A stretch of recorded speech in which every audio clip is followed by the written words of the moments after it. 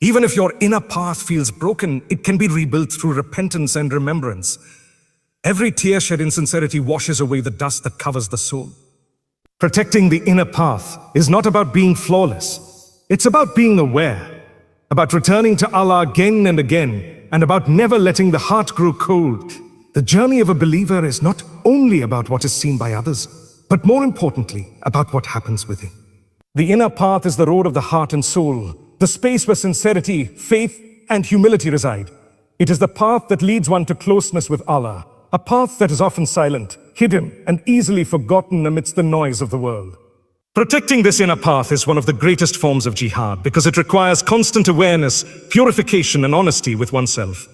The outer actions of worship are necessary: prayer, fasting, charity, and good deeds, but they are incomplete without the presence of a sincere heart.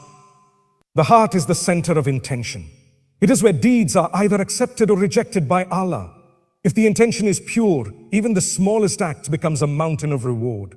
But if the intention is tainted by pride or the desire for praise, even great actions lose their value. Protecting the inner path begins with purifying intentions. It means doing everything for the sake of Allah alone, not for people, not for status, and not for recognition.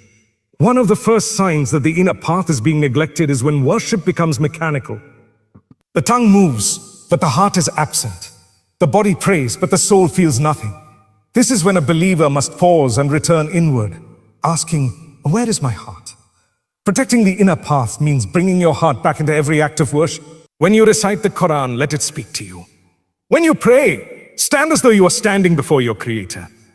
When you make dua, speak from the depths of your need. The more alive the heart becomes in remembrance, the more protected it is from heedlessness.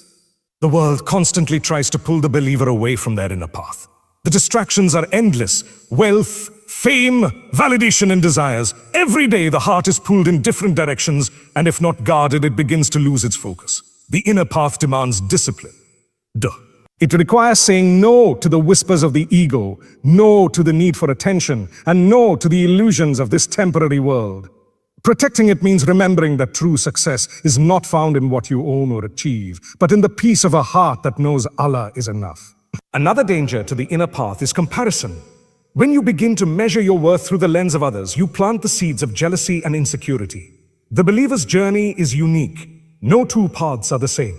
What Allah has written for one person is perfectly suited to their soul. Protecting the inner path means being content with your own story, trusting that Allah's timing, tests, and blessings are written with wisdom beyond your understanding. Hardships are also a form of protection for the inner path. When life becomes difficult, when people disappoint you, or when things fall apart, Allah is redirecting your heart back to Him. The inner path often becomes clearer in times of pain because pain purifies. It burns away pride, reminds you of your dependence on Allah, and teaches you to find peace in His decree. Protecting the inner path means embracing trials as moments of spiritual growth, rather than punishment. To protect your inner path, you must also guard your senses. What you see, hear, and say directly affects the condition of your heart. Avoiding gossip, guarding your gaze, and speaking words of truth and kindness are not just external actions. They are ways of protecting the soul from corruption. Every time you hold back anger, forgive someone, or choose silence over backbiting, you are shielding your inner path from darkness. The companions of the Prophet were not only known for their worship, but for their pure hearts. They constantly feared hypocrisy, not because they doubted their faith, but because they valued the state of their hearts. They knew that a heart can easily turn hard if left unattended. Protecting the inner path requires daily reflection. Ask yourself, have I grown closer to Allah today? Have I spoken to Him sincerely? Have I cleansed my heart of envy, arrogance, or resentment? The one who regularly examines the state of their heart will never drift too far from the truth. Your inner path is the bridge between your soul and your Creator. It is fragile, yet it holds the key to eternal peace. The more you guard it from pride, heedlessness, and sin, the more light it carries. And when the heart is filled with light, everything in life becomes a reminder of Allah. Every moment, every trial, every breath. Thanks for watching. Don't forget to like, share, and subscribe for more updates.